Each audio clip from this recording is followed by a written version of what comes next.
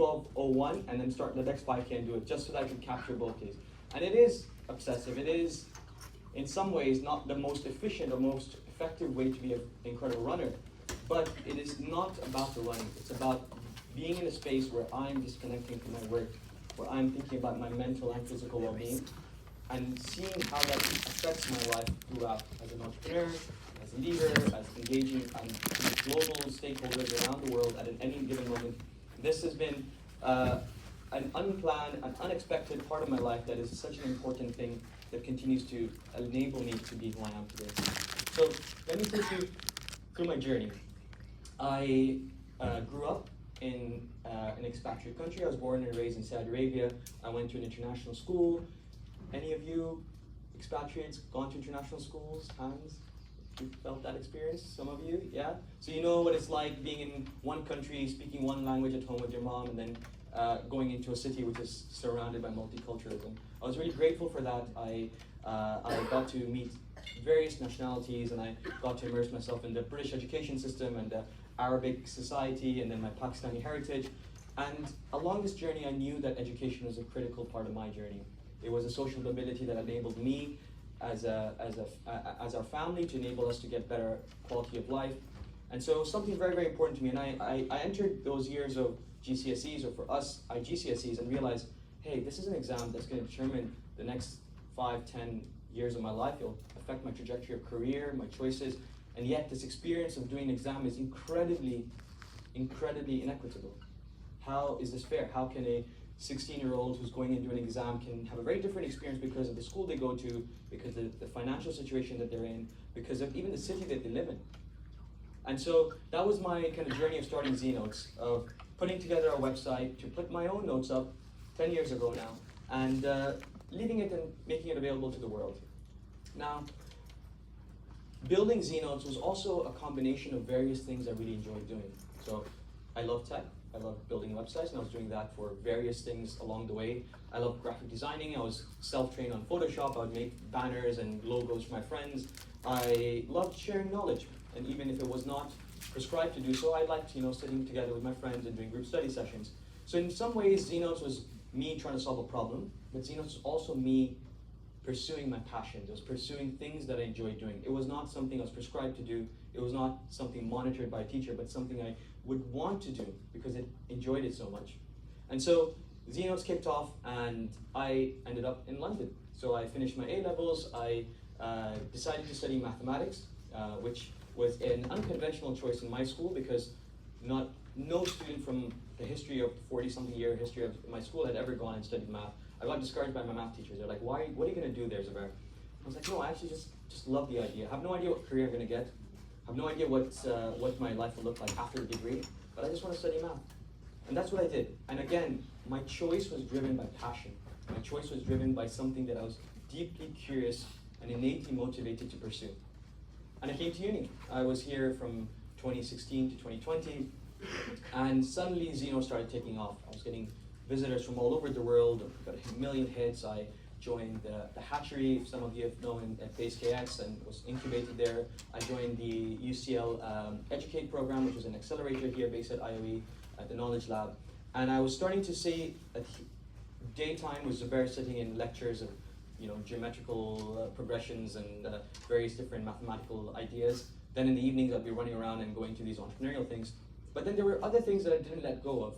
I loved running, so I came and started representing my university in races all around the country.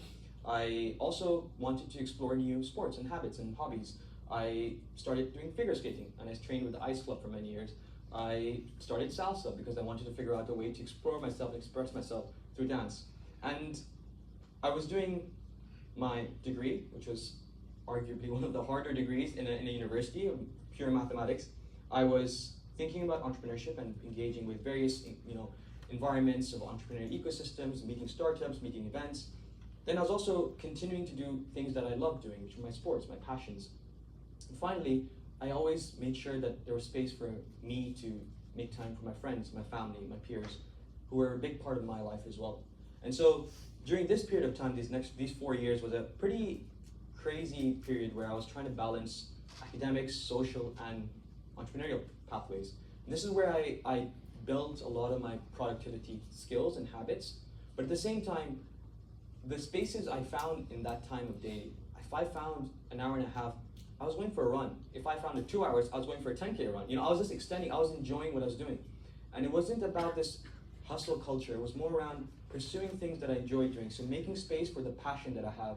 And I wouldn't say that those 90 minutes or an hour or whatever spent in my running was wasted, because I left that experience more energized, more fulfilled, more clear about my ideas. In fact, most of my great ideas are midway through a run, like, oh, if I did this in this way, it would work. But I think in our current lifestyle, we're forced to think about career as such a narrow, single train type of pathway where anything outside of it is not worthwhile doing, you know? And it's a really unhealthy mindset to be in, because much of who you are as an individual, the vibrance, the color that you bring to this world, is not just in your degree or your qualification or your job, but in all the things that you build in your life. Because I wouldn't be Zubair and the founder of Keynote if I wasn't a runner, a skater, a brother, you know, all these different traits of me that I bring to my daily life every single day. And then, oh, that's one last. Now, today, where I am today. So today, Keynote has a team of over 100 volunteers globally, a full-time team based across the world.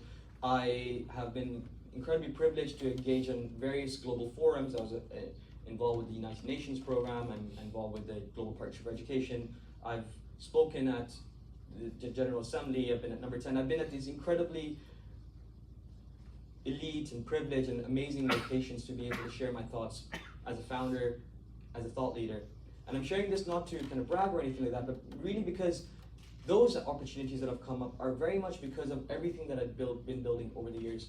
And also, though it may seem that there are many entrepreneurs that will go out there and say you have to have 100% or 110% focus on your startup, being on a panel in the UN General Assembly isn't necessarily going to directly impact my startup. However, it plays a big part in my life, in my learning, in being part of that ecosystem. So again, pursuing passions, pursuing interests, and pursuing things that mean something to me is critical, even today. And I am still balancing running a startup full-time and being engaged on volunteer advisory boards and engaged in supporting amazing societies like EIE across different facets of my life. And each of them contributes to me being a better individual, a better leader for Keynote, a better person for my family, a better friend, all of these different facets that each of us occupy. So to distill this down to 3 foundational principles that I would say are my non-negotiables, right? Number 1 is faith and values. I will do things which bring and align with my values, that deeply align with my faith, that deeply align with my purpose in life. This can come from different places, right? This can come from your experiences, your family, your upbringing, your religion if you follow one. It is a combination of things that make you very clear about what it is that makes you wake up every single morning. So deeply grounded in faith and values. Number 2 is passion. So I will do and pursue things which I'm passionate about. And that's okay, because I know that when I'm doing something I'm passionate about, I will bring myself in the most full, present way possible. And that is an important thing for me. So even if it doesn't directly align with my next milestone in a startup or next milestone as a certain positioning in the world, it doesn't matter, because if I'm passionate about it, it is going to bring me energy. And that is something more important than anything. Finally, well-being.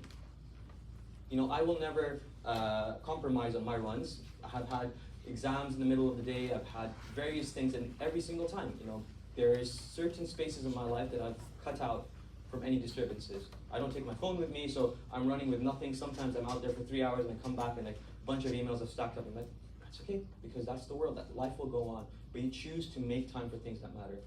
And you know, there's parts of my well-being that I'm really strict about. I would like to share this with you because I hope that this is not to copy or anything, but just to think about your personal well-being as the highest priority.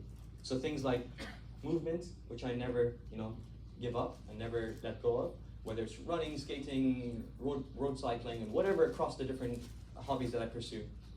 Secondly is sleep, something that we overlook so much, especially in this world of like hustle culture, and you know, we need to be like up 18 hours and chugging different energy drinks. I switch off, I put my phone on charge outside my room, and it's an alarm set for 9 hours. I take my Kindle and I'm reading for a few hours and I'm sleeping for at least 7 or 8 hours every single day. And again, one would argue that, hey, if you worked 2 more hours, maybe you could have done more. But I'd argue that actually I will turn up better the next morning, more productive, more impactful if I did make sure that my sleep was catered for. Thirdly, our food, what we put in our bodies. We are so rushing around for fast food and things that can be more convenient. We don't even think about the things that we're putting inside ourselves. And in this kind of rush to achieve something, become more successful in some facet of our life, we overlook the most important part, which is our bodies, ourselves. So I will dedicate hours of my day to cooking my own meals, to eating with people I love spending time with. And it is important to me. It is important to have well-balanced, nutritious meal, that I am in control of what I put in my body. Because again, we're not necessarily prioritizing the most important things in us, because what if things that we eat or the way and the habits reduce our lifespan? And that is happening. That is happening because we're not taking care of ourselves. So next slide. What was I doing pre-AI? And there's of course a big divide, and there's a lot of things that AI is changing in my life on a daily basis and how impactful and how productive it can be. But there were things that still applied. So pre-AI, for me, I was going to a lecture and I had a rule to write down my notes, rewrite my notes, handwritten, because at the time we still are in the math department on whiteboards and chalkboards. So every single thing was written twice. I was spending hours and hours in the library, and I was engaging in deep focused revision periods throughout the year, not just at the last few days before exam, but throughout the year. I was making sure that I was consistent in my study habits. I leveraged a lot of prioritization techniques. I was making sure that the things that mattered in terms of impact, in terms of scale, in terms of urgency, were prioritized in a way that allowed me to make sure that things that need to be done were done at the right time. I was using a lot of thinking around scheduling. You know, even right now, my calendar is filled with both social engagements, picnics with friends, outings that we're going to do together, as well as my meetings, as well as my personal engagement and time blocks that I've kept for myself. And that is a habit I continue to maintain, because it allows me to see not to keep me more rigid, but actually allow me to feel like there are spaces in how I allocate my time in the most efficient way. And I think that's the final part, which I've kind of already mentioned quite a few times, but engaging in practices which reconnected to my mindfulness, my spiritual side. I'm a Muslim. I'm ordained to pray 5 times a day, and I would say that's one of the most beautiful systems in my life, because regardless of what's happening, I'm going to stop. I'm going to disconnect, and I'm going to be in this few minutes of pure reflection and engagement in a higher sense of myself. And whatever it is that you find yourself to find those moments of real disconnects from your life, it's really, really important to cultivate, to keep alive, even on the days which are the hardest, because those are the days which need it the most. So, enter the AI era, and so I'd love to tell you one thing, which is where Xenos has got to. So today we're the world's largest revision community in the world. We've reached over 6 million students and teachers in 190 countries, and we're leveraging tools that are web-based, enabled through Web 2, but also leveraging AI and how we engage with personalized learning content, content development, both on a student-facing side and helping students prepare better for exam because they have more knowledge and our AI models can capture data and learning insights.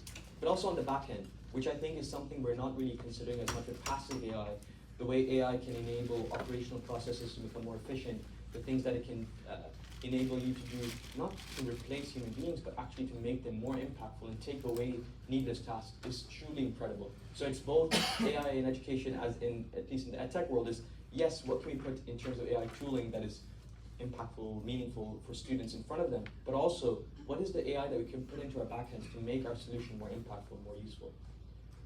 And our focus now as we scale up, we've been building for 10 years. We've centered around the idea of peer-led and student-led content generation and peer learning. And it has been remarkable to see the millions of students that have been able to be impacted by it, but also the thousands of students who have been involved in creating that content and being part of that movement. And now we're taking this huge acceleration in the tooling and the AI to make ourselves more impactful. And these are the 2 key pillars that I wanted to kind of share with you. One is around how can we take what Xenos does and make it even more widely accessible in more languages and more local curricula. Right now we're in 9 international and national exams for students between the ages of 14 to 18. But we want to work in qualifications which are under-resourced, especially in parts of the emerging economies in the Sahel, in sub-Saharan Africa, in Southeast Asia, where there's incredible high youth population and yet very limited access to educational resources. So one of our focuses is to take 10 years worth of our know-how, our knowledge, our approaches, and leveraging it to build more impactful content generation systems that can make our content creators more efficient. So we're not replacing them, but we just want to take that 8-week window of content creation down to about a week. And that is what we think can create more value in our solution, remaining human-centered and student-led, but also enabling them to be more effective and efficient. On the other side, we have AI-powered peer-to-peer learning. So we have had a Discord server for about 6 or 7 years. We have over 50,000 students who use that space to talk to each other about exams and resolve doubts and figure out challenging concepts that they're struggling with in academics, but also make meaningful relationships online about social capital and redistributing that, thinking about universities and internships and where to study and where to go abroad. So we have that space predefined and pre-built, but we're realizing that actually in a community of 50,000, the less vocal, the introverted student, the less able to speak and write in the English language, different students in different intersections may not feel heard or seen. How can we make that a more impactful place? And so we're thinking about how we can take our approach and our knowledge and our proven methodologies when it comes to peer learning and leverage AI in a unique way to make more impactful solutions and more impactful engagements. So in particular, we're thinking about how can we take that channel of, let's say, 5,000, 10,000 students and make it into small groups formed because of the students that are engaging in different topics and different targets, created because of the learning abilities, the spaces that they're good in, the spaces that they're not good in, and moderating and modulating that conversation through AI. Thinking about the moments where students start to slack off and when they need motivation, when they need a small prompt, when to engage someone who's silent in a group, and using AI in that unique place. And finally, I wanted to take you to my team. So Zenotes is a kind of a unique organizational structure with hundreds of volunteers who are engaging through internships, ambassadorships, and contributionships in their time, but also full-time team members. And each of them has been leveraging AI in a unique way. So 2 weeks ago, I asked them, I've never ordained or kind of given them a task to use AI in a specific way. I just said to them, what are you guys using AI for? And they shared these amazing use cases, which I was personally blown away by. Like, hey, I have a personal issue.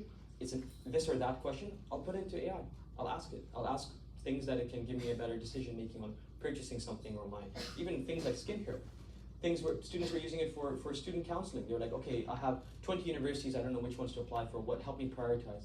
And that is something AI is very good at, because it can capture, especially if you give it very clear prompts and data, it will be able to make better decisions and quicker decisions.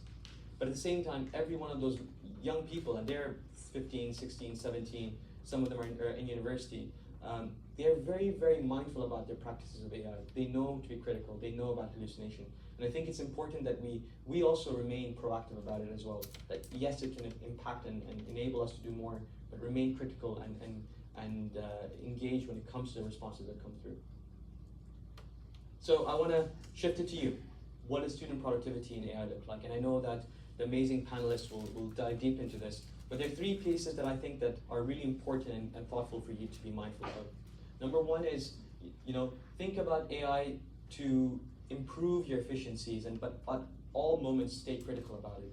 Make sure that you're thinking about it in a way that makes you more effective, but doesn't replace that unique and humane traits that you carry, the experiences that you have. It's really easy to create an AI-generated essay, but it's very, very difficult to bring the experiences, those emotions, those feelings and things that you've had in your life into an AI prompt. But it could be a great way to start. It could be a great way to review. It could be a great way to make sure that the grammatical errors are corrected. So be very thoughtful about how you use it.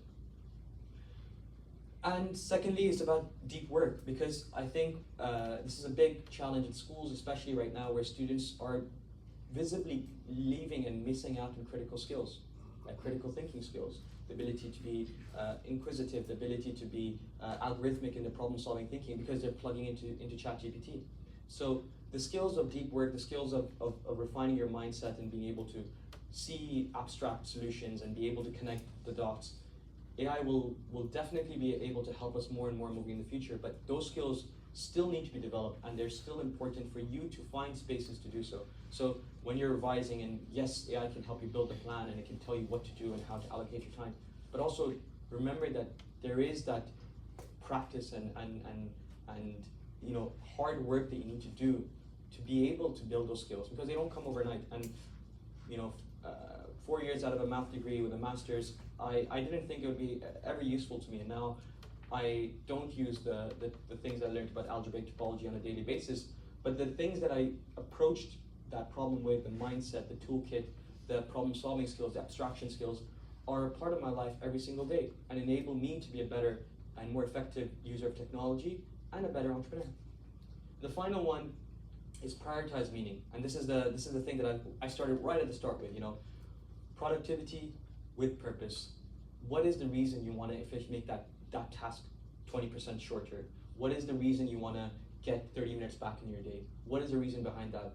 And the reason could be, you know, because you have too much things to do, but the reason could also be, and very justifiably, I want to have 30 minutes more on a call with my family, or I want to be outside in the sun, or I want to get to travel. And these are really meaningful and important decisions for you to make and not let go of. Just because we can do more in a single day doesn't mean that we lose out on things that really, really make us human at the heart of it. So that's my kind of philosophical story discussion that I want to start this morning with, because I know that the panel will be amazing with the technical details, but I wish when you are, you know, in these kind of deep exam periods or feeling the pressure about achieving certain things and are feeling like, you know, you can use every tool possible to be more productive, and our capitalist mentality is telling us to become and do more on a single day, and then we want to create more and create more output. Remember that there's the purpose that matters the most. Thank you so much.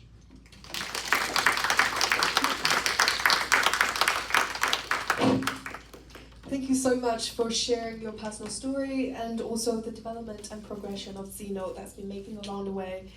And now we would like to invite all of our panelists and Zubair, please, to sit at the front. And then we're ready to begin with our panel today.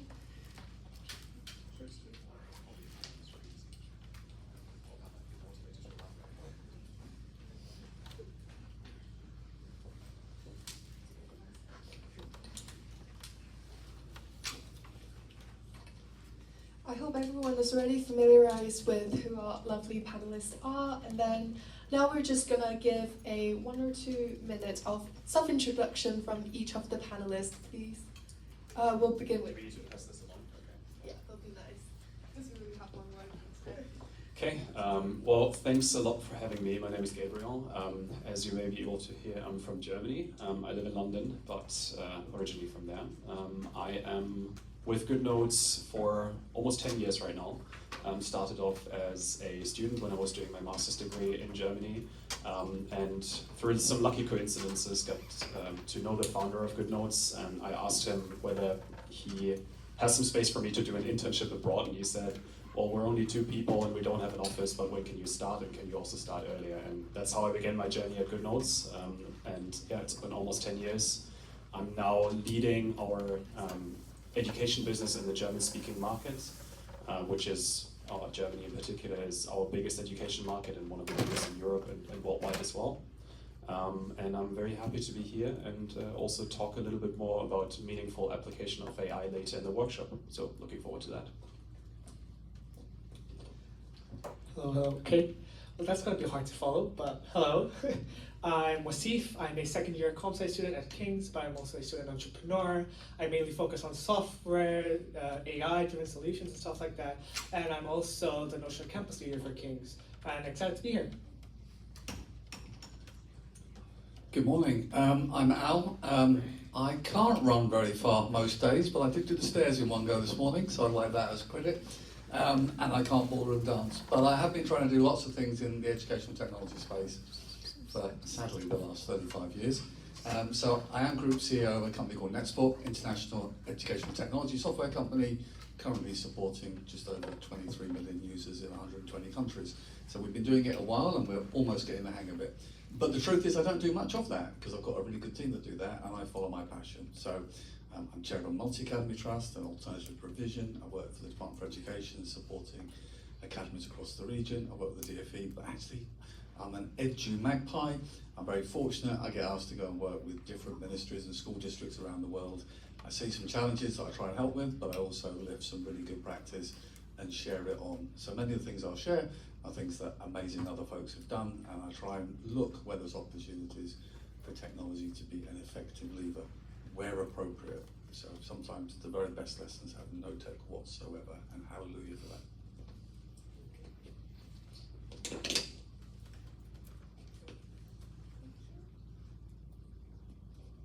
Thank you for the lovely self-introductions. And then now we're just gonna break into some generalized questions that I have for, well, all the panelists. And then you're welcome to just, well, we can like pass this on in turn. So the first question is, what do you believe is the biggest misconception about productivity among students, teachers, entrepreneurs nowadays? And how might the EdTech company help correct that? I guess I can go ahead. Actually, does everyone hear us okay if we just speak like this and we don't have to pass this along? I don't know. You sure? I mean, I think I'm quite loud anyway, but so I think what most students do is equate productivity to being really busy, and that's not really what it should be. I think productivity should be about intention and clarity. And I think what the EdTech industry often does, and platforms like Notion, I will call them out, is they kind of push the hustle culture a lot, like Zubair said. They push the hustle culture a lot. They expect people to grind a lot, and I don't think that should be the case. I think you should prioritize doing tasks with intention. For example, the EdTech industry could help with that by maybe having maybe even asking for a prompt whenever you set a task. For why are you doing this? You shouldn't just do this, but you should know why you want to do this. But yeah, I think the EdTech industry could help with that. Yeah, declarations of interest. Chair of the British Education Suppliers Association, so the EdTech companies across the UK. And then I'll contradict that role by saying sometimes the biggest challenge is we try and fit technology into a space where technology is not needed, and actually more often than not it's about the human process. Certainly when it comes to education, we have this natural idea that if we add something or we do and use this tool, that it will magically fit something else. But there is the starting point, which is glass of water's full. We've got to tip something else out before we can have the capacity to actually influence. And so the biggest challenge right now is there are some amazing technology products out there that may have purpose when used in the right places, where they're evidence aligned, and if they're in the classroom, there's pedagogy-driven decisions around them. But there's also a whole heap that aren't really ever designed, intended for the corporate, for the education space. And the challenge is spotting the ones that are there. So I would argue the bigger challenge for productivity is knowing what to use and when not to, and to rely on your professional judgment, whatever that role is within education. And it's exactly the same in the EdTech space. We're hearing here that you've got staff where they're actually the most productive staff. Doesn't matter whether you give them the label teacher or part of your team working on good notes. The things that people value most are their ability to be trusted and empowered to have a degree of autonomy, which means you allow them to discover, use tools in the most possible impactful way. And go on, but that kind of circles back to why I have an EdTech company and spend not that much time there, which is you don't employ good people and tell them what to do. You employ really good people and you ask them what to do, and there's a distinction.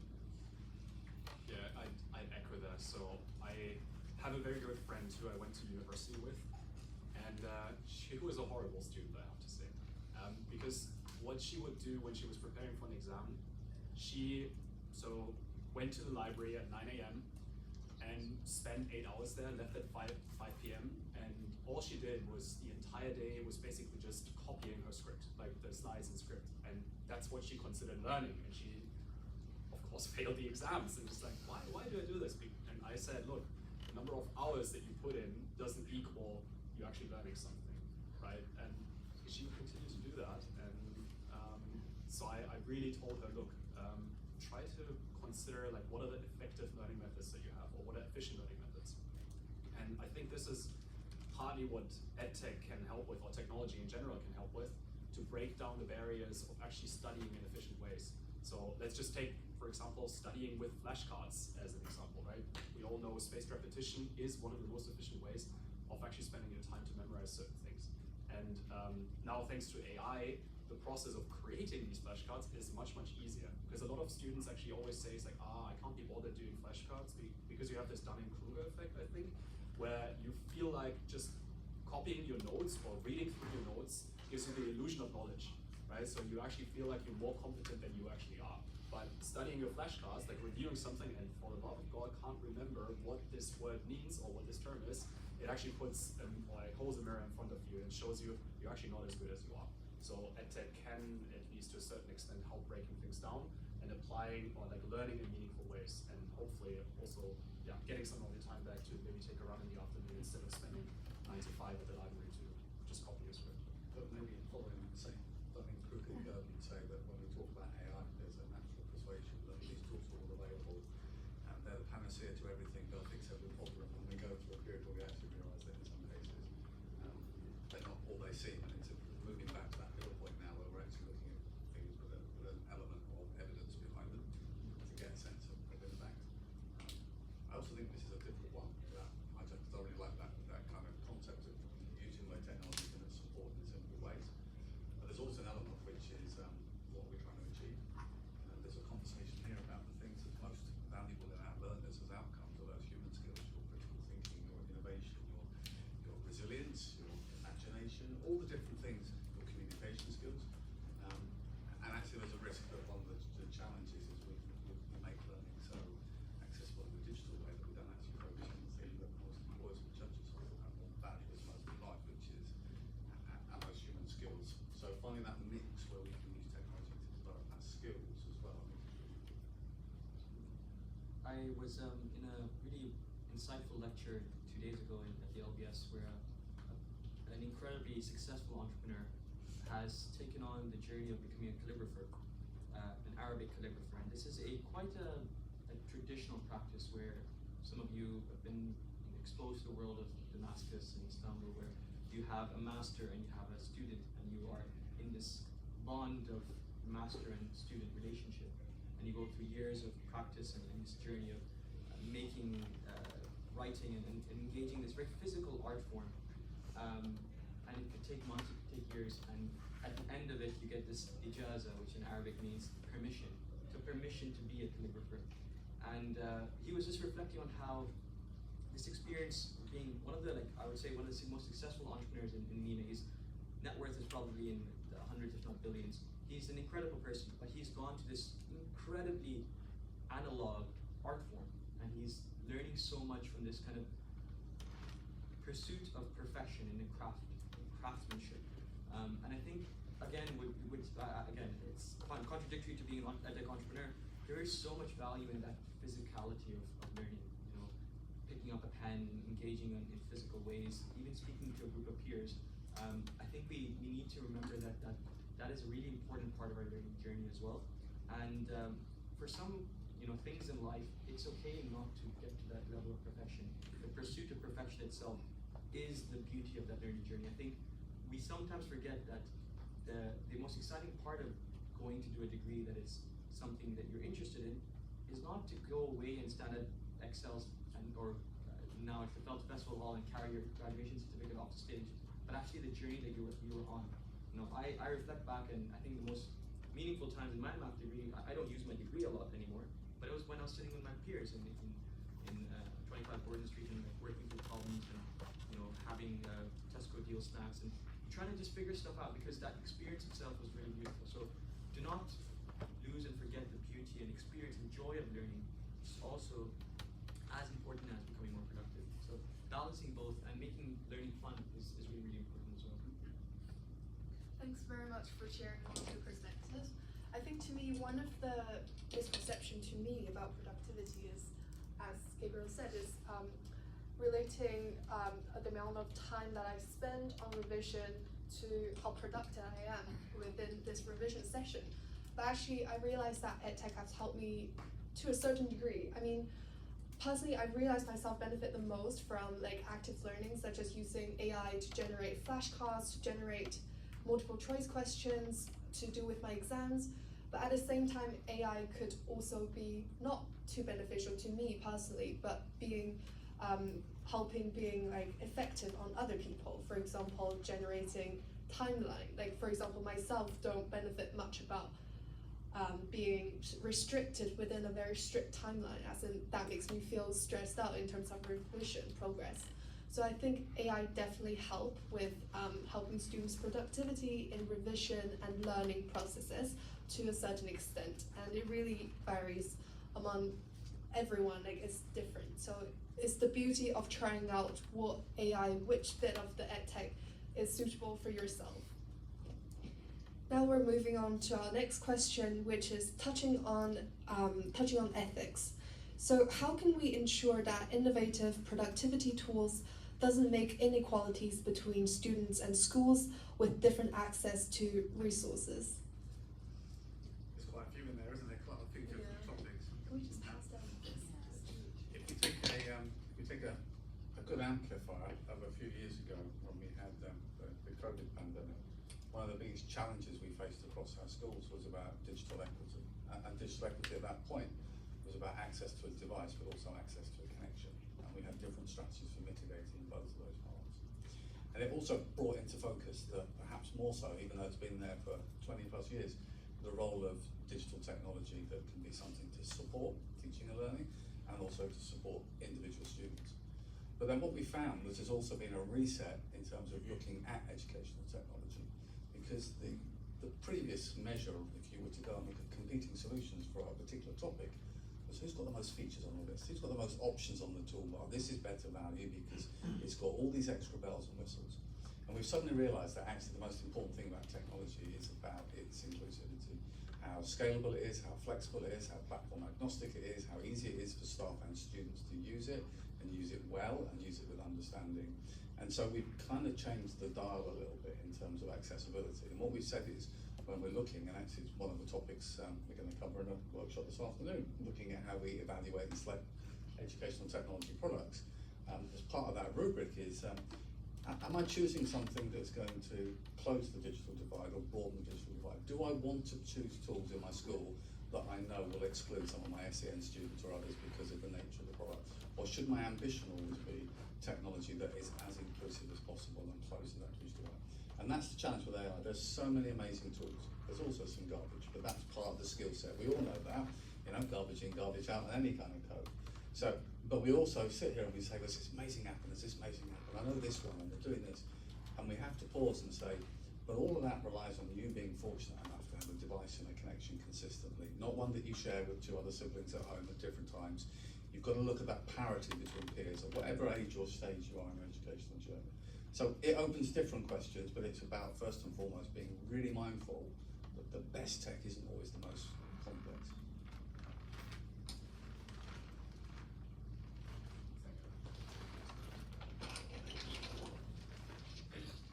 So that's definitely already a very good starting point. I would echo a lot of what you said already. Just adding a little bit from our experience. So we work a lot with Apple and within the Apple ecosystem. And there is a phrase that Apple always uses, which is better together. And I think this is really, it's a bit of a paradox in a sort of a capitalist world where every company is almost like for themselves and tries to get the most out of it. Especially when you sort of like talk about edupreneurship, where you compete for a very small budget a lot of times, right? But making ethical decisions, and especially like also being inclusive, being accessible, and being able to close the digital divide that you talked about, first of all requires a commitment from your company to that, having that in your DNA, right? So not every company does that, but I'm fortunate enough that our founder is actually quite committed to that principle of trying to give as much as possible away for free in a way, but at the same time also like pushing accessibility. And now coming back to the Better Together story and that paradox of capitalism, it requires companies that compete for the same budget, let's put it that way, to really closely collaborate and understand that we can only make a meaningful difference in a student's life, or especially when it comes to closing the digital divide, if you work together. So to give an example, is the accessibility of devices I quite like, right? So if you want to ensure that every child has the best device possible at home to do the best work and not having to share that with a peers or something like this, you need to work together with hardware suppliers, you need to work with companies that are able to distribute, that are able to train, and you need to work with the right software developers who are able to offer the best possible software at an affordable price, for example, for parents and children, to make sure that they can use it at home. So this whole story of better together, especially if you think about you want to become, for example, an edupreneur, keep that in mind, because it's very critical. So you're not by yourself, but you really need to actively look for partnerships, and sometimes with people that you maybe even directly compete with. So I think that's one of my learnings, and one thing that I can add to that conversation.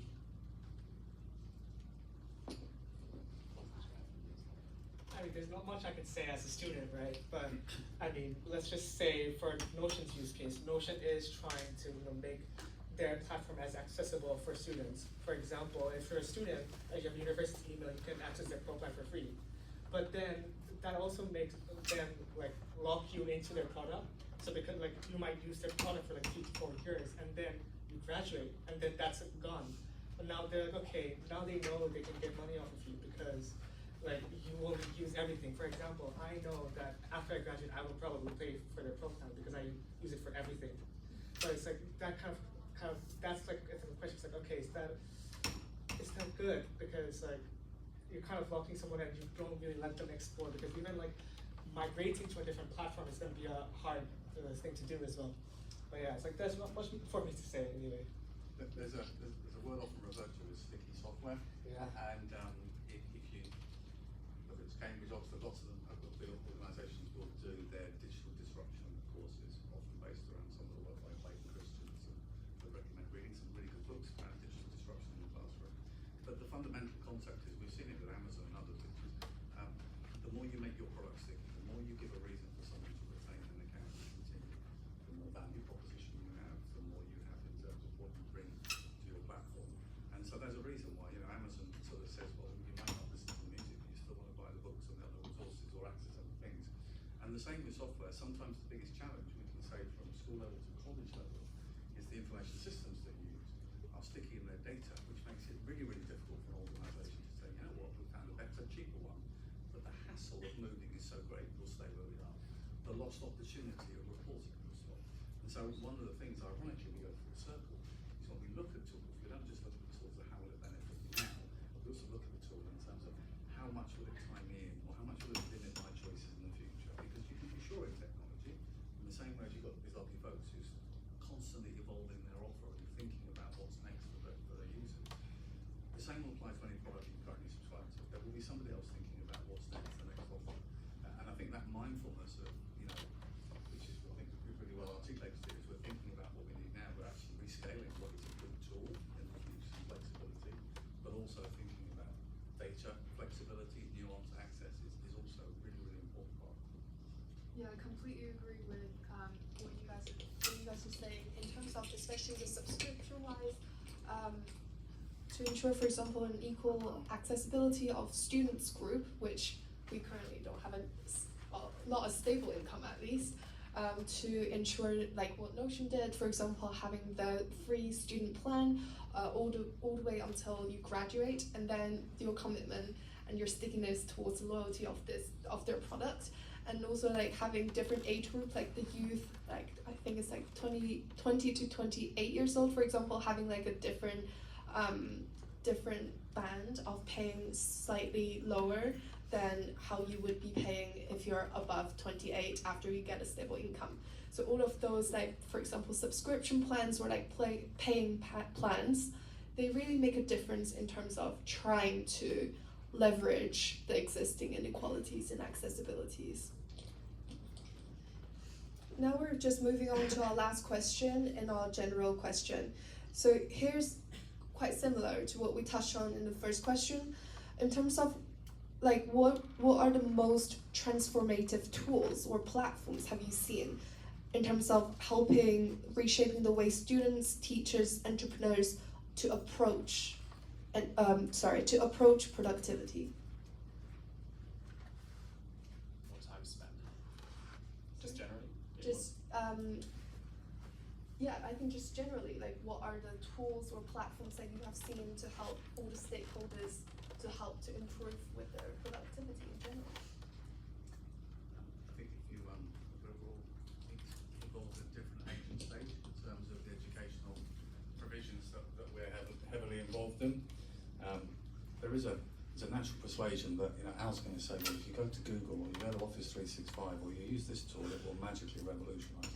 There is much more of a view about how we effectively join up systems, how we actually use things that streamline, better use of data, better control. But, you know, for those of you that are going through degrees and you're looking at education as a pathway, there'll be conversations about whether it's TPAC and about that role between technology and your pedagogical content knowledge and where the overline is. So thinking about where technology is purposeful.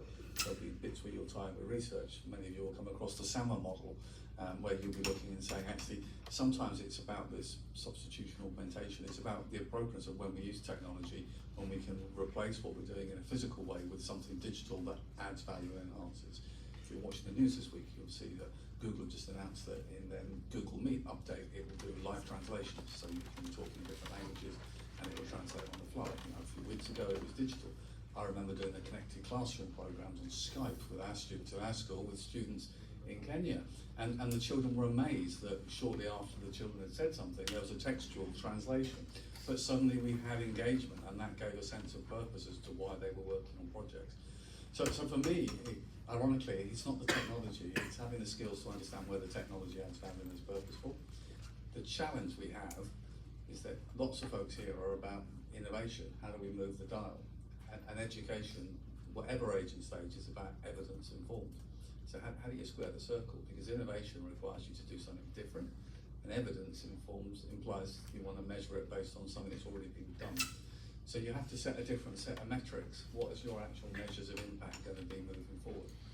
And I think that's the biggest shift, whatever part of the education system is changing impact. Are we just going to measure success on who got the most grades of these qualifications?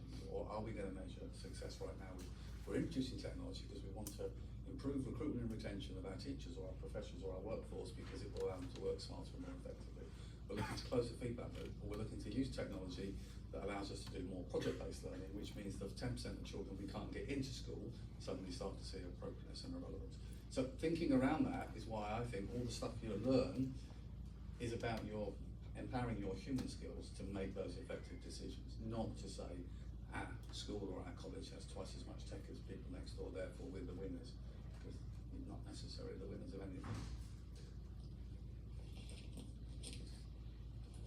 It seems like I always give examples, and I want to give another example of an amazing Indian non-profit called Educate Girl, which goes out into rural India where a lot of girls are denied access to education due to various cultural restrictions. And they've been doing this incredible work for over 10 years. They have individuals going out there, knocking on doors, speaking to families, parents, asking why they were denied access to education, convincing them, ensuring that they understand in a localized context. And a few years ago at the WISE conference, maybe you've been to it as well, in Doha, the founder received the Nobel, the laureate, basically, WISE Prize of the year. And the incredible work that they did, and I just want to share it because it's such a beautiful example of technology in action to bridge the divide and enable access. They actually did not use AI anywhere externally. So they weren't giving it to the kids, they weren't doing anything with the students themselves, but instead they took 10 years worth of data, plugged it into a couple of models, and were making incredibly informed decisions about which district, which city, which rural location to go to next. Because they were able to see patterns which were impossible to see by humans, like proximity to the river, proximity to a main road, proximity to a hospital, distance from a major airport, various factors that they were able to plug in and see where would be the most meaningful way for their group of few hundred volunteers to go out and speak to parents and families and what could be the most impactful for a young girl who was maybe denied access to education. So again, I'm fascinated by the idea of passive AI, AI agents and things that can really make an organization where we have historically really argued that, oh my gosh, we need to have a high price point for EdTech because it is incredibly expensive. You know, I have to pay my content creators, I have to pay my servers, I have to pay this, that, etc., etc. But actually the price point and cost of building really impactful EdTech solutions is dramatically decreasing. Similarly, access to digital devices is decreasing. You can get I'm not sure what the exact price point is, but within the $10 to $50 range, you can get a really advanced smartphone, which can be sent and made available in various parts of the world. We're getting closer to a decentralized network with Starlink and a bunch of things. So I think there's this huge opportunity for us to connect the ones that are furthest behind, and then think about EdTech in a way that's not necessarily always putting a chatbot in front of a student, but also thinking about how you can bring some of the technologies back end. They don't even need to be on your devices. They don't even need to be expending so much bandwidth or electricity to be able to make an impact. I love the Educate Girl story, and I wanted to share it with you as well, because it just shows you how technology can make an impact even when it's in a non-front of view type of perspective as well. Just on that point, in terms of always good takeaways, the WISE conference each year in Qatar, they also share lots of their resources online. Definitely worth the search because there's lots of great pocket resources. And in the same spirit, I always recommend for those interested in educational technology and young people's adoption, student-led, to check out, if you haven't come across Siddhartha Mitra, Professor Siddhartha Mitra. He did a fantastic TED talk based on his research on the Hole in the Wall project, which was very much about providing a computer in a hole in a wall to young people who had no access to education at all. And it was part of the research and the journey about how they developed and acquired their own skills, to the point where they were asking quite complex queries and things just by development and access to technology. I think they go full circle. A little warning, because you talked about the price points and other bits and pieces. Over the years, I've worked with many organisations, including friends at Intel, with the Classmates, which are perhaps the most common devices that went to third world, sub-Saharan Africa, often running on a local connection. One laptop per student at all. Absolutely, and the Intel Classroom Manager was technology that I created, and they put their name on it, which was cool. But it's the way of getting out there. However, the reason why I flag it is because right now, if you look to across the Atlantic, to Dell, to HP, they are closing down the resource in their education departments, predominantly because the device of choice, price point being low, is a Chromebook in many schools, and the margins on Chromebooks are so small that computer manufacturers like HP and Dell, it's just not in their interest to spend money promoting devices into education. So they're closing their education divisions and spending more time on their consumer divisions where there's a greater price point. So one of that little evolutions is everybody wants everything cheap, but if the product's cheap, the technology's cheap, the software's cheap, the thing that happens is you don't get any innovation, because where's the meat in the sandwich that allows for that growth? So it's about finding that sweet spot. Great. We went off tangent a little bit there. Perfect. I'm gonna go on to some more specific questions for each theme because I'm also conscious of time, so maybe we can make the responses a bit quicker as well. I'd like to touch on how we can best balance technology and human side of productivity, which we already did, but specifically with Waseef, with the rise of AI automation, personalized learning platforms, how can students avoid becoming over-reliant on technology, and where do you think they can find that sweet spot, that balance? You did mention, I think students are very over-reliant on technology, and I think it's coming to the point where we're kind of risking outsourcing the things we should be learning, which is critical thinking, really exercising our creativity and stuff like that. I think it's a hard question because there's so much of it out there, how do you kind of prevent it? I think EdTech platforms kind of need to build in design friction in all the platforms where when they're it challenges the students to kind of think about what to do, and then what else could it do? It's a hard question because as much as I would like some guardrails of how much should we use AI, they won't stop. So I think the main thing is how do we kind of have that friction whereas students kind of are forced to think for once instead of having like auto-generated notes, having personalized learning is all nice, but it's, again, as I touched on before, it is kind of hindering our critical thinking skills, which we really need when we go into the actual careers and like workspaces. So having those guardrails is really important. How they would do that, I don't think I have the knowledge to answer that. No worries. I guess that kind of leads into my question for all, which is similarly, how do we ensure that technology remains an enabler for human-to-human connection education rather than a replacement? So I suppose the one challenge I would argue is we use the word AI and we kind of pause, but actually in the case of education, we could be talking about non-generative AI, generative AI. Non-generative AI has been used in secondary learning for quite some time in terms of personalised learning platforms, identifying where children are consistently getting answers right, stretching challenge, or taking them back a few stages to rebuild on that knowledge. And so non-generative, looking at gaps in learning data based on what used to be data pools that become data lakes and probably end up data oceans that cross a multi-academic trust or bigger entity, we can spot gaps in learning. When it comes to generative stuff, I think you're absolutely right. It's about the move from using the mainstream to using more sector-specific tools, have guardrails, have limits, or have tools that allow staff in as part of the school infrastructure or university to actually see what resources students are accessing, how they're accessing it, and limiting what that external validation is. So there are ways to do it, but I would argue at any age and stage, digital citizenship, actually teaching the skills how to challenge and use appropriately critical thinking is more important than giving the tool and trying to put the protections in place. Need a bit of both. That's really valuable. And for Gabriel, you also touched on this, but how can EdTech entrepreneurs balance the pursuit of profitability with the need for social impact, particularly in educational environments with diverse needs? So I actually want to have one more thought on what you mentioned, because we have a term for it that we actually use in product development, which is called healthy friction. So, for example, the necessity to go through the mastery of calligraphy in order to actually truly understand what you do. So, like healthy friction in product development is quite important. Okay, balancing profitability and basically affordability was the question. Yeah, with the need for social impact. And social impact. It's really challenging, I have to say, right? We are fortunate enough that we have a very diverse audience in terms of like not just geographical distribution, like GoodNotes is available and is being used all over the world, but also in terms of the segments, right? So we have students really starting as young as primary school, even earlier than that, using it, where of course they're not paying it, the parents are paying it.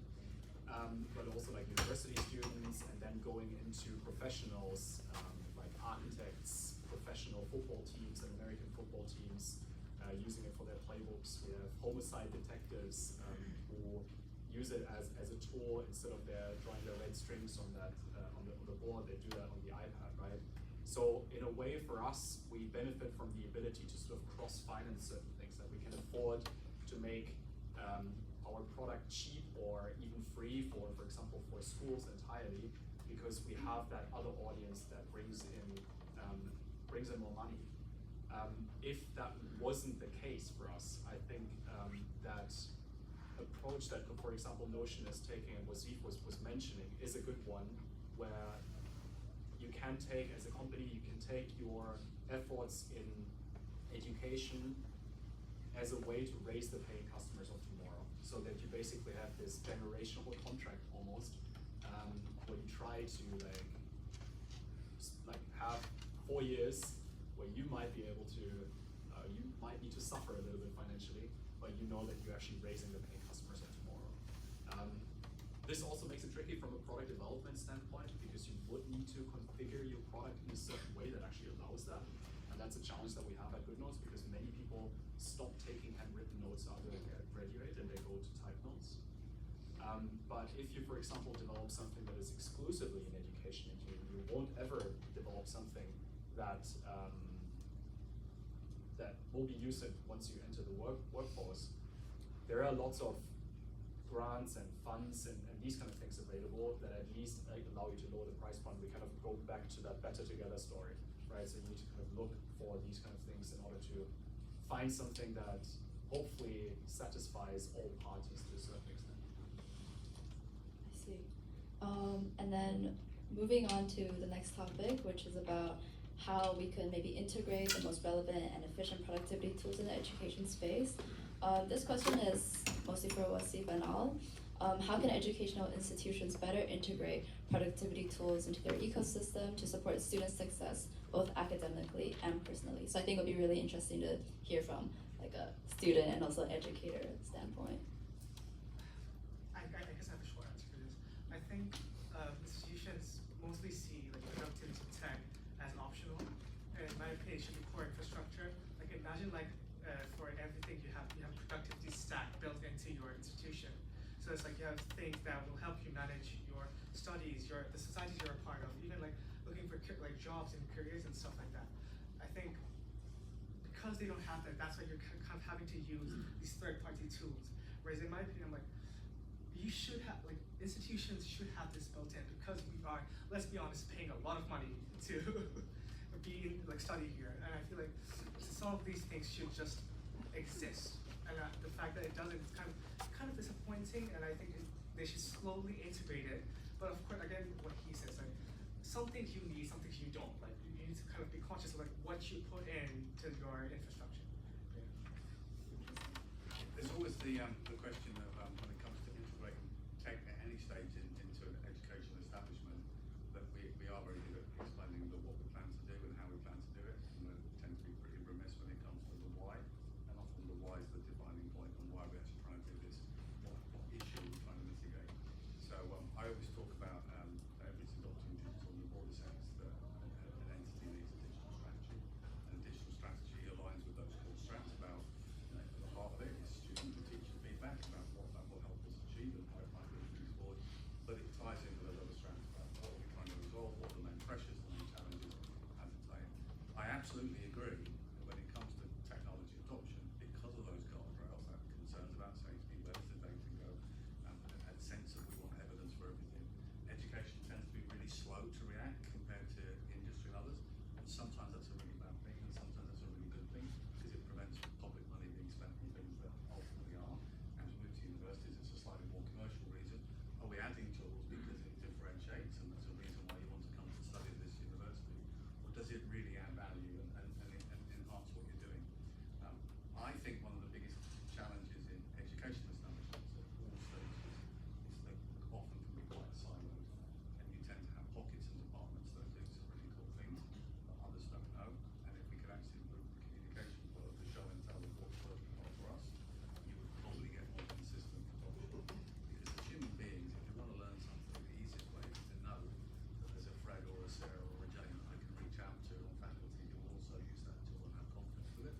So signposting your go-to people really helps too. Interesting.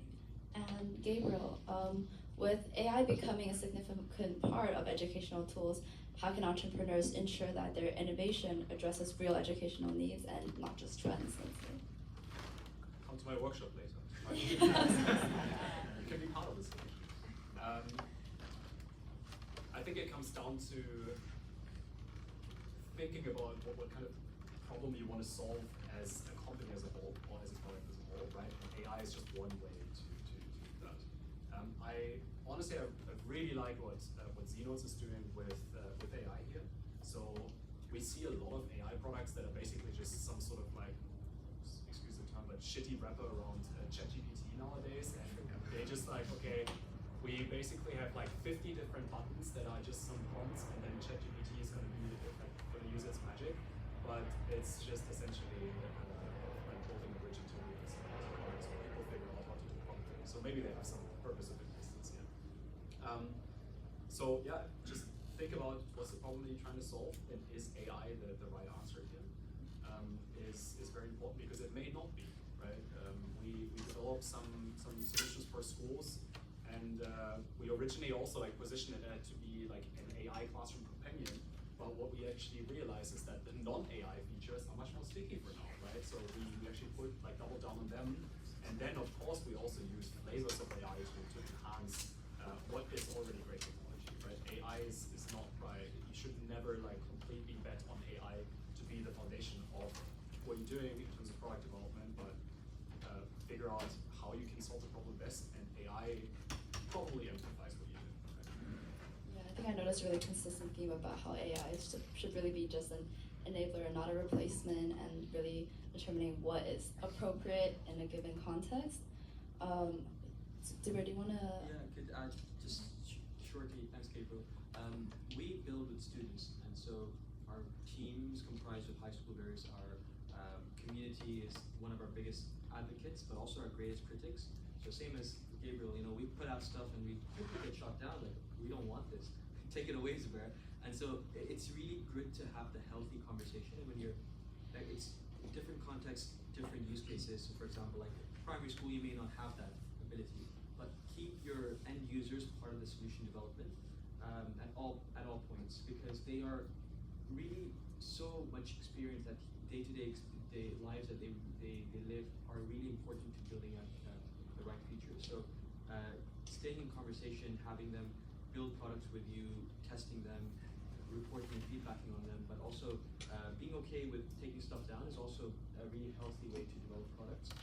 We didn't jump on the trend of AI, and even now when we're going on to, we're thinking very consciously, what is unique about Keynote? What is something that you're doing which is not on other platforms?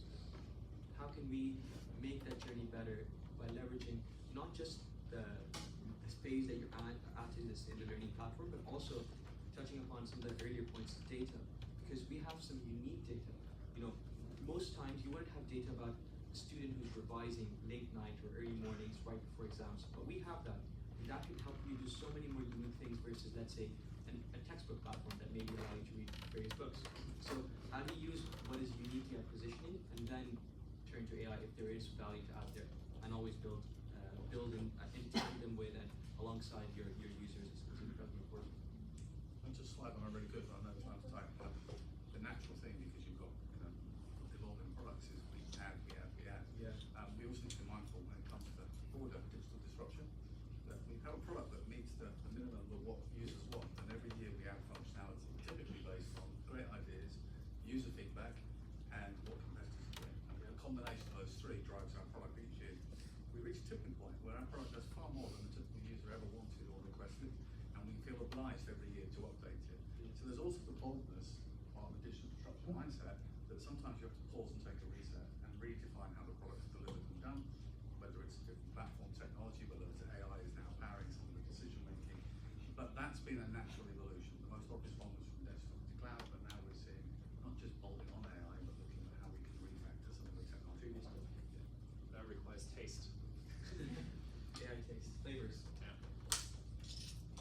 Thank As for you. you, we have 2 questions left, and we have a Q&A sections after this panel discussion.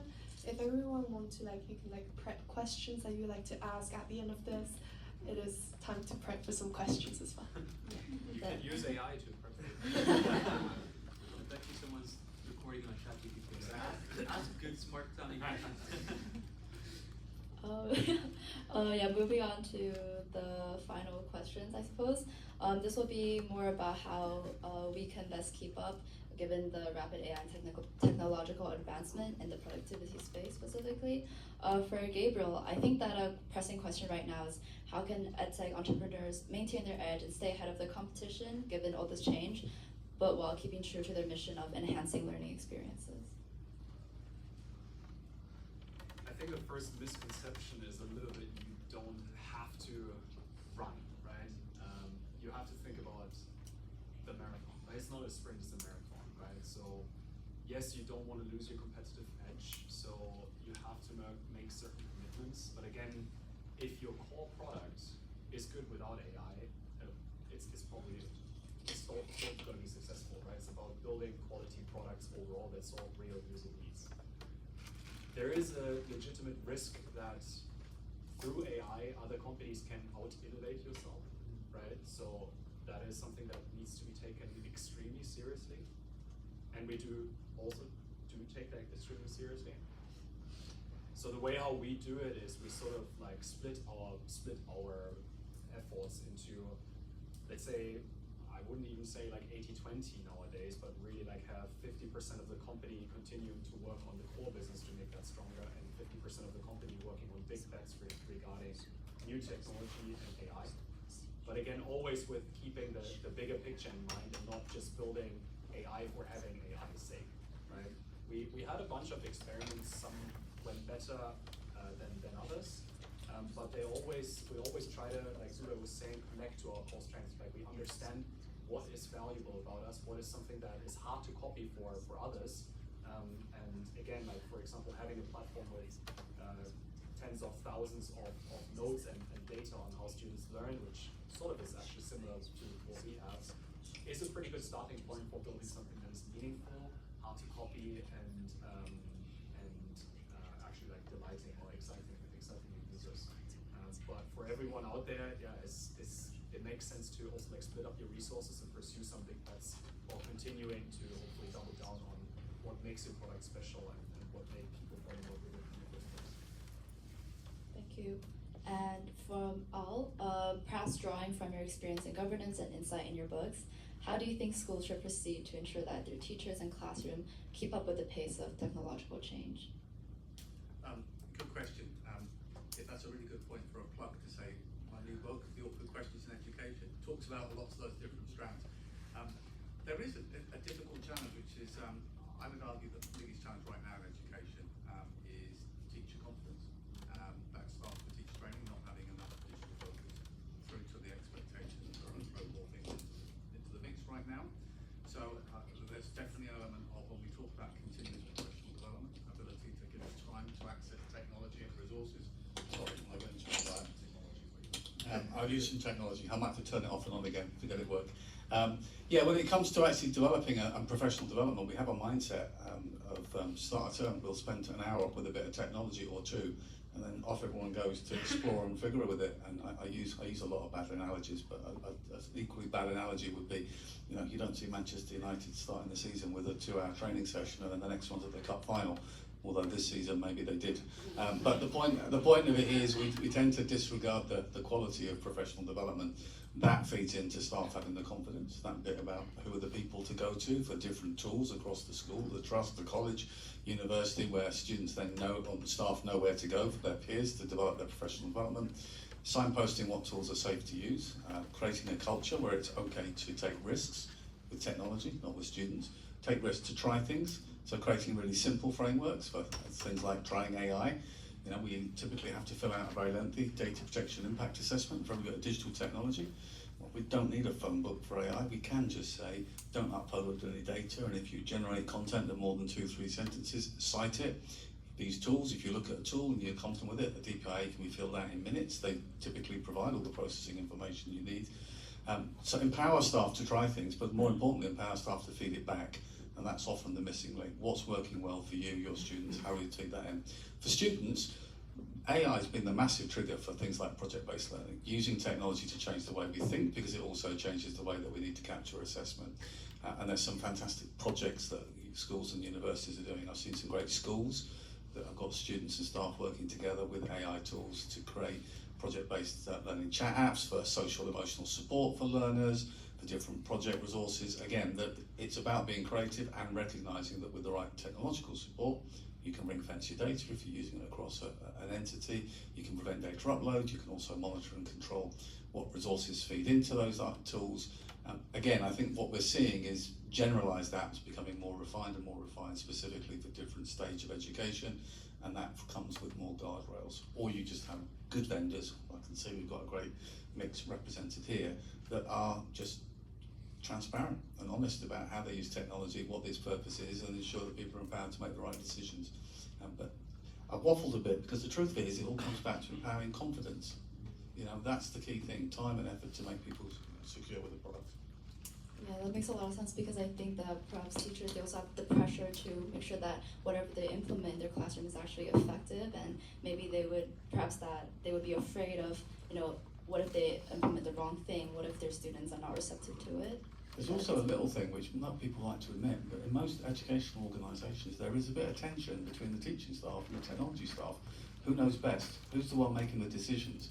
And actually in lots of this technology, it's a two-part consideration. There's that pedagogical value about whether this tool is appropriate and useful, but they also need the technological aspect of will it implement, will it work on our platforms, our systems, is it safe, secure, and all the rest of it. So it also forces us to actually start thinking and planning about how both parts of that equation can have equal visibility of our digital plans, and hence that's where the digital strategy comes from. I think that makes a lot of Can I sense. add one thing to that? Yeah. I think because what you said is pretty interesting also from an entrepreneurial standpoint. So one thing that we discovered is exactly the need for like training teachers, training staff, training students with technology. And so we're also investing quite a bit in it from a for-profit standpoint. Like we provide a lot of trainings. We like develop our own training programs. We developed a certification program for a trainer community. But we also recently started a non-profit foundation called the Good Future Foundation, which specifically is built for helping teachers to do professional development when it comes to use of technology and AI.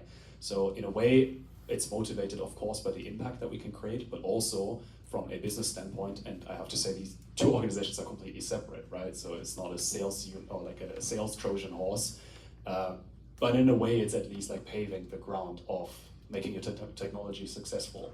So from an entrepreneurial standpoint, you always have to think about what can you provide in terms of the framework on the system to like ready your playing field in a way. Great, thank you so much. And I think that for Waseef, I feel that you're a really great example of how students can adapt and keep up with AI and technology. So looking forward, how do you see student-led innovation shape or contribute to the future of productivity in EdTech? I mean, I think we as students know what we struggle with more than the companies themselves. And I mean, as a technical person and someone who has like organized hackathons and stuff like that, I have seen students build apps that kind of exceed the expectations and like are oftentimes better than a lot of the fully funded startups, because a lot of the students, they build it because of relevance, not revenue. That their focus is relevance. Their focus is, okay, I have this problem with this issue, how do I solve it? And oftentimes they do. For example, I have ADHD, and for one of the hackathons I remember, one of the groups built a ADHD-focused productivity app. And I'm like, okay, most of the companies or most of the productivity tech platforms don't really focus on like specific things like that. And I'm like, okay, for then in that case, companies shouldn't just like see it and throw it away. They should use that as like research and development. So it's like they kind of, as we kind of talked about earlier, you know, take input from your customers, take input from the people who use your platform. So, and because, I mean, EdTech students mostly, they will definitely drive it, and I would say they are the future and kind of driving what EdTech productivity, or I mean, in general, what productivity platforms should be. But yeah. Yeah, I think that's very insightful, and yeah, maybe future startups should collaborate with students in order to provide the most relevant products. Yeah, and that's all we have for the questions. Now we would like to direct it to the audience. If anyone would just like to raise their hand, and we'll start. So I see, yeah, you there. Thank you. I would like to ask this question to most specifically Al, but as well as the whole panel. Al, I can see that you've been working in multi-academy trust and specifically working with special educational needs and alternative provisions. So in a very specific case, would you like to tell us more about some very positive practice in the sector with the most cutting-edge technology, or something you do with our technologies to support those with severe educational needs as well as special provision? It's a good question, a bit of research there as well, thank you. Yes, it is very much an area that I'm passionate about, and I chair our Regional Special Educational Needs Board, although to be fair, the main focus there is bringing together local authority, education and health to make sure we have the right services and support from the very earliest ages. But when I think about accessibility tools, I was chatting earlier before this session started, you know, sometimes it isn't about some really niche bit of technology, it's about using technology with purpose. So I shared an example that in our multi-academy trust, we have transitions from year 6 to year 7, that primary to secondary journey, but often there is a gap or a bit of lost learning by a term or two within that. And just share the example that for some of our learners, we have a cloud, a year 7 space for young people, but they're not ready for the full secondary school experience, but they're still getting some nurture and they're on site and doing it.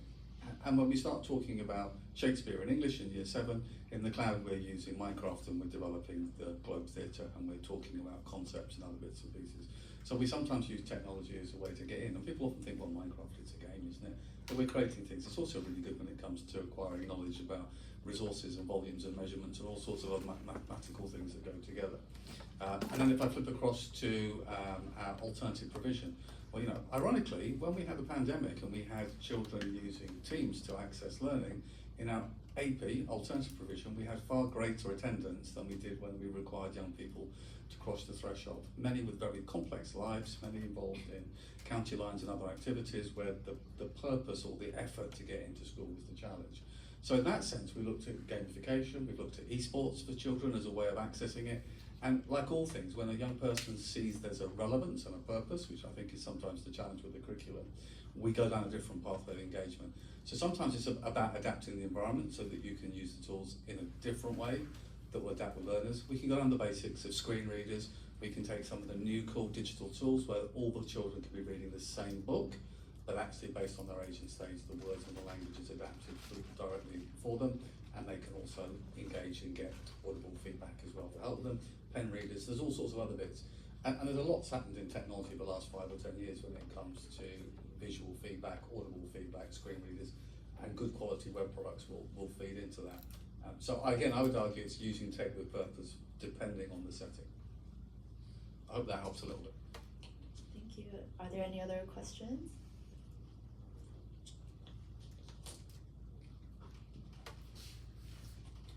Thank you. So hi there, it's Leo. I'm currently a UCL-PGC, so Initial Teacher Training kind of course students. And I'm really inspired by all of your talk. I really just want to email my course leader later. So do we have these amazing people come to talk to us like before we graduate, honestly? So my question is, so especially Al and everyone actually, so because Al mentioned a very interesting concept about, so what are the key matrices that we should be kind of thinking about when we kind of incorporating all these AdTechs? So I just want to ask actually every one of you, so as users and also let's say entrepreneurs, so what are the key matrices do you use when you try to convince your end users, and what key matrix is that in your mind when you design all this amazing AdTechs that you have? Thank you. I'm not going to answer the bit about within school or within education establishment how you make those decisions and what you look for, because I'm going to cover that this afternoon in the workshop. So if I tell you now, there'll be no point coming along. However, I think, you know, the comment I alluded to earlier, I didn't mean it to be kind of flippant, is often we talk about technology in terms of what it does and how it does it, and we miss out on the why this is relevant, why this is purposeful, and how it might shape, therefore, as a result, your behaviour.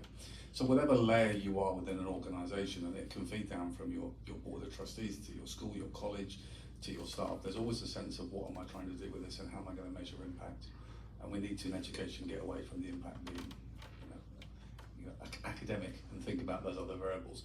So that works right the way down to you as an individual. Perhaps in your first school, you walk in the door, you've got a set of tools in the toolbox that the school assigned to you, and you think about, do I need to use all these tools in every lesson, or are there certain ones that are more relevant and I adapt and use? So it's setting out what you're hoping to achieve and how would you measure yourself and your professional judgment, the impact. You come to AI, people will say, I have CEOs of multi-academy trusts talk to me and they'll whisper on the phone, Al, I've been using Claude and it's brilliant. And I will say, why are you whispering? Well, it's called cheating, isn't it really? Well, no, you use your professional judgment to ask the right questions. You create an output that you iterate via your professional judgment. You take an output that you refine and revise and decide whether it's purposeful and relevant using your professional judgment. You signpost it all the way. So we follow this journey, which is about how does it empower you in your classroom setting to say, with the context of me and my digital skills level and my cohort of children, age and stage, adults or children, what technology, what bits will be relevant, and how can I get the most from it, and how can I measure the impact?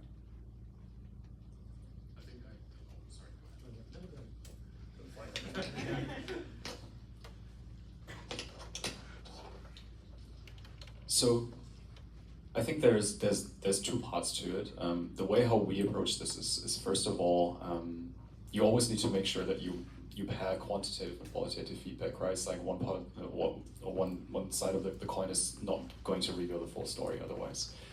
So obviously the first thing that we look at is, are we retaining our users? Are they coming back, and to what degree are they coming back, right? Because then it means at least you do something right, or you build something that is super addictive, but we know that the nature of a product is at least not as addictive as games, for example. The other thing is, again, understanding the problem that you're solving as a company, as a product, because that relates to the impact that you're creating.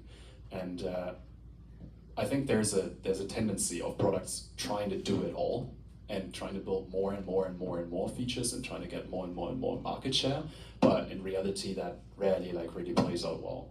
So for us, what we discovered as a very meaningful product is a meaningful problem to solve or to address to a certain extent is the time that teachers spend on administrative tasks such as grading or distributing worksheets. So we also, even though we cannot directly measure this, we send out, for example, surveys or impact reports to get their qualitative feedback on checking. It's like between now and the last time that you've questioned, like how much time did you save by using that product, right? Is if you have a large user base, you actually get pretty meaningful results and meaningful insights that you compare with your quantitative data that you're collecting.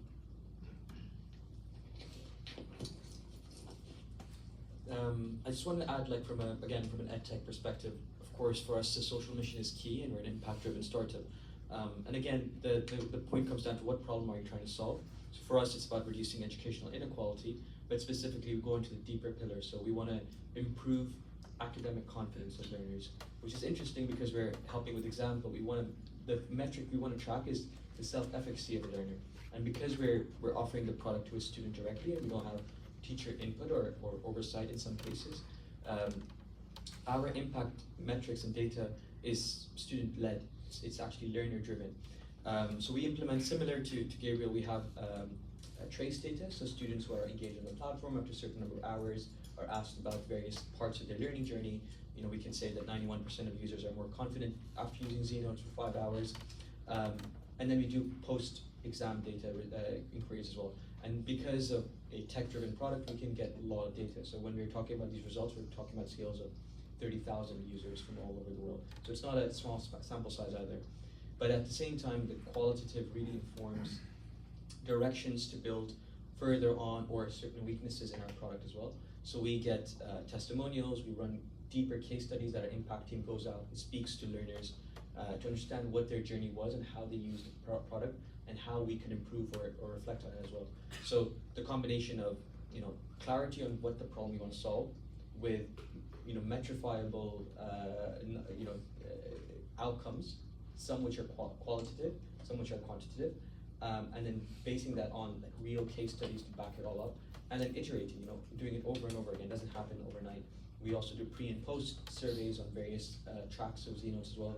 So we've spent a lot of time thinking about collecting meaningful data, but we've had to do it quite uniquely because there's not many solutions out there. So instead of, we had an amazing support from UCLIME back in the day to develop our theory of change and so forth as well. So happy for you to check it out on zenodes.org/impact. You can read about our theory of change, our impact reporting and so forth. Because as an EdTech solution, it was a big part of our conversation today. The ethics and the morals that we're held towards is super hard for us.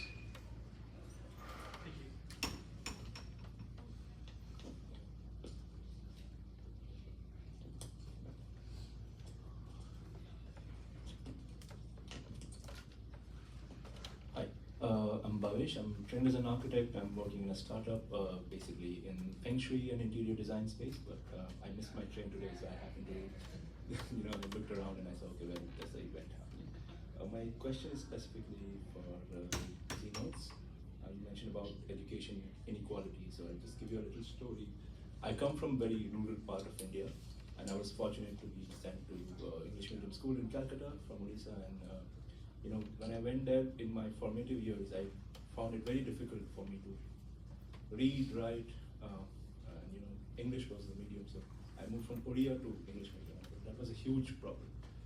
But over the years, when I learned the language, I realized I was outperforming all the other kids because my maths was strong and my logic was strong, basically.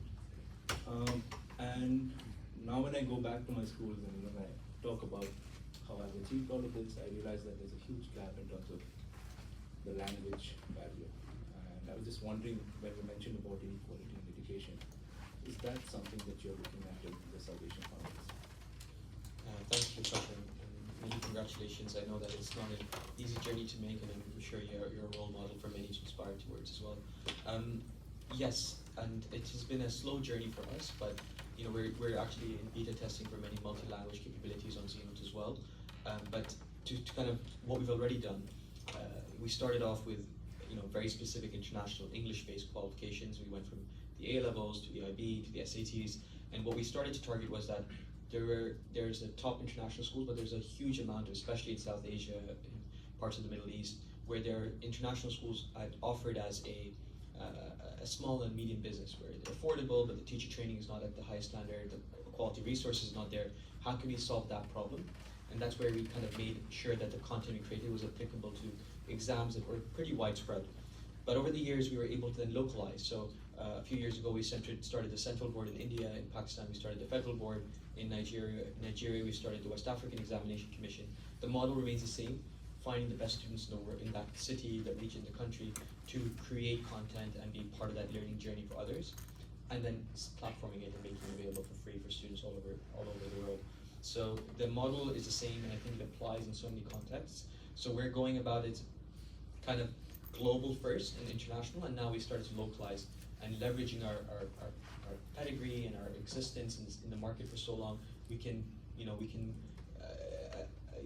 extend our functionalities without any difficulties into these local solutions. The next step for us would be multi-language capabilities, so not only offering central board in English, but also in the Hindi language or whatever local dialects that are available as well. But at the same time, we could allow a student to jump from that central board. Oftentimes we get 10% of Xenos users are homeschoolers, and they're using Xenos because they can't afford to go to international school, or they're in a public school system and are kind of forced to do examinations that allow them access to more opportunities. I mean, a crazy fact, many of the top universities in Pakistan expect you to do SATs, an American qualification, for a local university, and you're mind blown. Why is that the case? But because certain qualifications are so weak that you have to do these external validations as well. So it's a journey. We're not there yet. We'd love to do more, but localization is key to make this closer towards reducing inequalities deeply.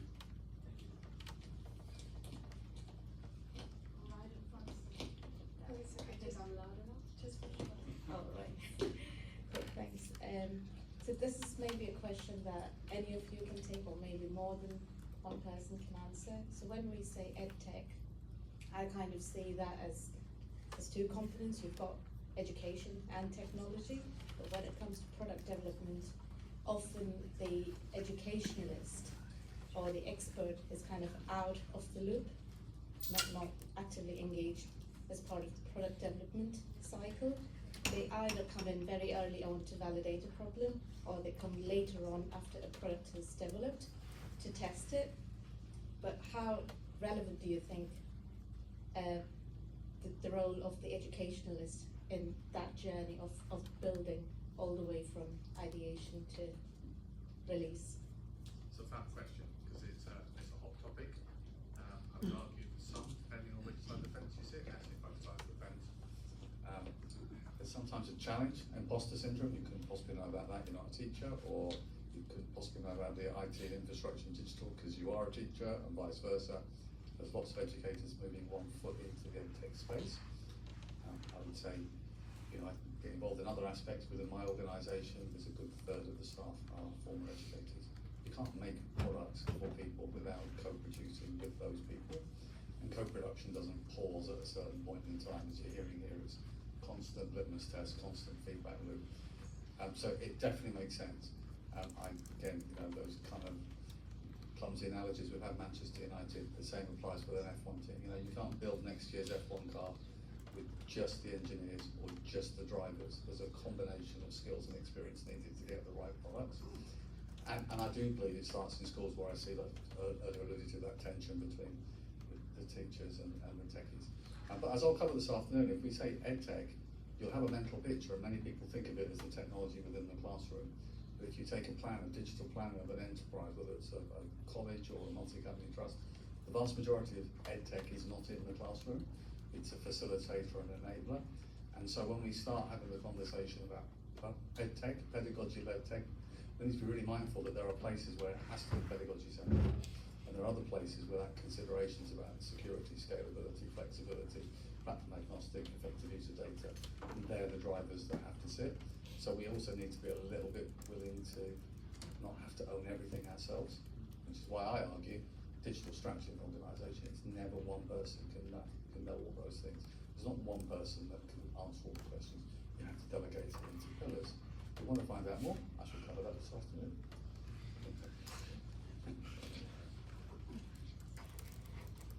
While you walk back there, I'm going to follow up on this a little bit because I think this is really a pretty interesting question that actually combines quite a few things that we've been talking about.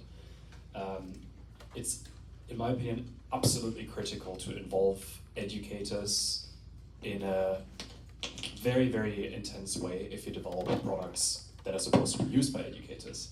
And so it comes down to the point that we've been making earlier with that healthy friction, right? It's like to become a master in calligraphy, you need to study 10 plus years or something like this in order to truly understand the problems, right? So you cannot build a product made for educators if you have not experienced standing in front of a classroom.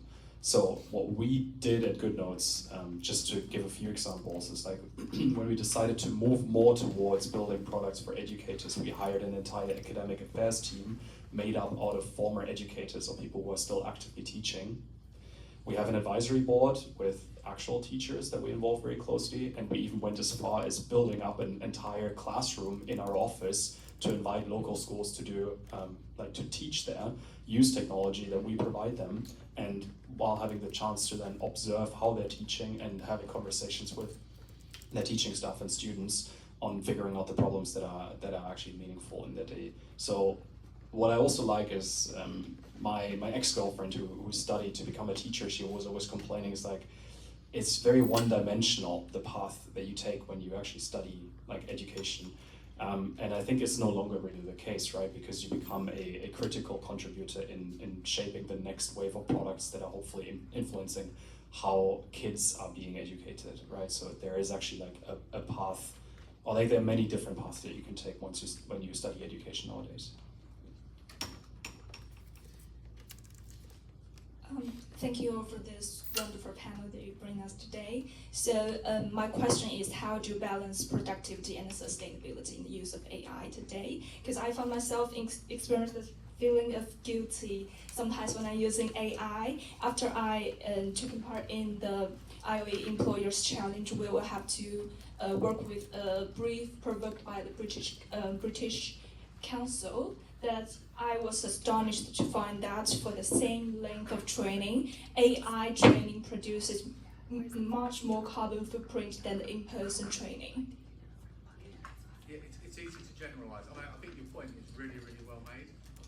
Everything digital has a footprint, doesn't it? And when we talk about sustainability, we naturally talk about carbon. Bear in mind, for any organisation, sustainability is actually about what will be here next year and the year after. The year after is a much bigger picture about that balance between the right products, the right workforce, the right facilities and structures, and that bit about trying to make sure we minimise our carbon footprint.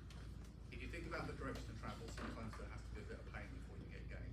We're seeing more nuanced large language models, we're seeing more local models that are becoming available, we're seeing more flexibility with some of the technology, we're seeing some iteratives that are coming out from other markets that have a much lower CPU and GPU requirement when it comes to processing. It's a little bit like the mainframes when I first started using computing, were the size of this room and did about as much as my smartwatch can do now. There was a process of time and an improvement in technology. That said, we're all guilty. Anybody who comes to me on LinkedIn and I'll do an AI picture of my pocket book or Ferdinand, who's on my travel, of creating things that we don't necessarily need to create, using tech when we don't always need to use it. So that comes full circle to that bit about using it with purpose and using it where we have impact. And I would argue that's one of the broad sense of digital citizenship, is how to use tools safely, how to challenge the authenticity of the data, how to keep your data and your footprint secure, but also to decide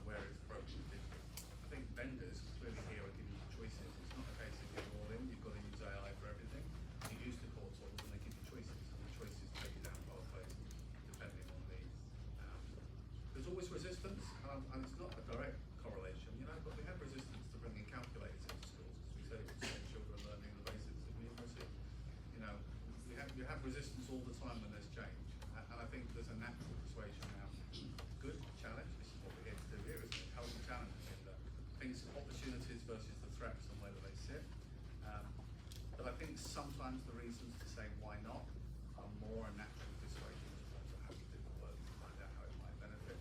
It's because it's scary. So I think it's a good one to say, well, we can see the opportunities, but we can use these tools purposefully. But in parallel, we can also be creative in how we limit our impact or how we offset some of the ways we do that. I remember some Sam Altman quote, people saying thank you to ChatGPT is costing them millions of dollars per year, so please stop saying thank you in a separate message. Just saying that. Even to add on to that, like, I mean, I don't know how many of you remember everyone trying to generate the images using the Ghibli art style. And let's be honest, that probably made things a lot worse. Even like, thank you might generate a bit of carbon footprint. Generating an image in a certain style is a lot worse. But yeah, that's like what he said. Like, use it with purpose. And Studio Ghibli will thank you as well for the copyright. Hi, I just read a review article where Bill Gates said that in the next 10 years AI will replace teachers and doctors. So I wanted to get your personal view on this, especially in terms of education. What jobs do you think would be replaced by AI, and how would it happen, how soon, and how can teachers, especially in terms of education, adapt and prepare for this to stay in the field? And I know this can differentiate between early years, primary, secondary, and higher education. There's a natural fear again, isn't there, of that change? I continue to maintain working across all sectors that AI and other technologies, let's not get too carried away because AI is just highlighting the role of other tech. Will free up time for the human to do the most important thing in the classroom at any age and stage. Primary is about nurture development, giving a child a sense of confidence to explore and learn, develop their own strengths, and acquisition of those core skills. They're all a very human thing, empathy driven, but it's not going to be replaced by a bot anytime soon. At secondary, I think it's as much about the curriculum needs to change as it is anything else, and how we progress through for relevance to the workplace. But AI is a tool that is using that clumsy calculator example to replace people in an education sense. Because what we're seeing right now, our biggest crisis in education, and I would argue at any age and stage, is that there just isn't enough time for people to have that development of skills, of emotional support, that relationship with the leaders in schools. That's what the OECD are doing. Judge the whole world based on our PISA rankings around the year. Look at the output from Finland and Singapore, and aren't they doing a great job? And PISA are saying now, actually, let's look from an OECD perspective about redefining that for an education system that promotes human flourishing. Those soft skills that now become more, I would define as power skills. So the balance is, I think, is shifting from that perspective as well. But there are jobs that will go. I mean, I would argue if you're a low base level web developer, base level software coding and other bits and pieces, then absolutely, those are bits. But, if we take the context of, I would argue that for every job that AI is likely to mitigate, there are probably other jobs being created that are just as purposeful that come out of that shift. And it's about adaptability. The big one, I know it's really time, I love about this, and I shouldn't say it's much in a university full of lots of very academic people. AI has highlighted that the really smart things computers can do, including your maths, your numeracy, and all those kind of bits and pieces. So for the first time, what employers really need are people with skills. Those are the best communication skills, critical thinking skills, challenging skills. I argue that means we just flipped education on the head, because our culture says, I'm just shouting if I go on too long, but I kind of put it's really important on this. If we take an Eastern culture, there's a very nice quotation, which is a stumbling bird will reach the forest first. Which basically means a mindset, or if you work really hard, you'll get there first. And a Western mindset, which basically is the smartest children academically will succeed to be the most successful.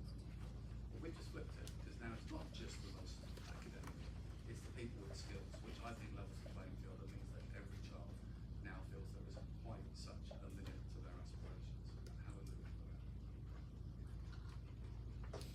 for that. One last question. Hello everyone, I'm Delphi, and some of you guys have already known me. I'm currently a postgraduate officer at the Students' Union, and I'm also a student studying primary education. So my question as a teaching practitioner in primary school is, when I'm trying to guide my students, especially since year 5, if they are year 5 or year 6, I try to guide them to use AI strategically. But how to be more, what to be mindful of when we are trying to guide the student to use AI? And I would like to hear your thoughts on this. one time? So the first thing should be in primary education, you should have interwoven into your curriculum will be digital citizenship. So from a very early stage, children learn how to use the device, how to use it safely. Is it okay if I take a photograph of you? They develop and apply their skills. Certainly if you've got a primary schools with a one device per child approach. When you move into Key Stage 2, the curriculum is frankly pretty limited in terms of how you acquire those skills. It's how do you squeeze it in.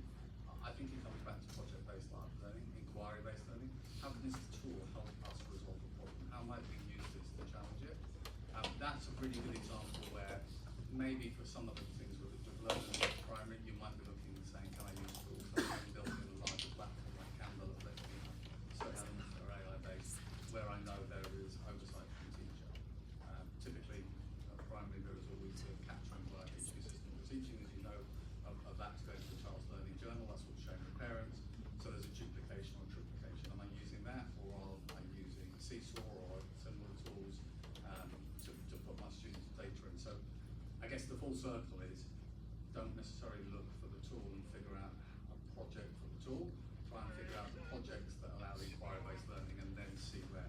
So we have a school bus that's converted. We have for our Key Stage 1 access with iPads. They can do augmented reality as well as advanced VR, virtual reality. So they might use their iPads linked into forest schools that are identifying flowers and fauna, but they're also using it for language acquisition and conversation. But why does that grow in the shade versus the device? Why does that do that? Why does that? So we're linking the technology, and then AI obviously is then linked into how we might develop and have conversation. Thank you so much, and thank you for all of our panelists for giving your precious weekend time to be here, sharing your insights with our students and support our students. Really, really grateful for your time. Thank you. I'll add one thing to that, even though you already wrapped up with that. So with the foundation that I mentioned earlier, we've done quite a bit of research on coming up with recommendations on what schools can do practically in order to adjust how they teach to the new challenges of AI. And one thing, in addition to what Al was already saying, is it's critical to combine every exercise that you do with AI with a reflection that you do with your students. Right? And I think also based on your interest, so you review together with them what they think about it, not just leave them with what they created, but rather try to reflect on it. Like how easy was it to use that? Like do you understand what AI has been saying? What worked well, what didn't work well? Right? So that develop a critical understanding of the technology that they're using. Well, thank you so much for all the panelists and all the great questions from our audience. I think it's those various and diverse perspective that's what really brings sort of valuable insights from for example, people from doing the PGC in primaries, education, or sharing perspective from a different demographic and in a different country, for example. So now we're going to wrap up with our morning session.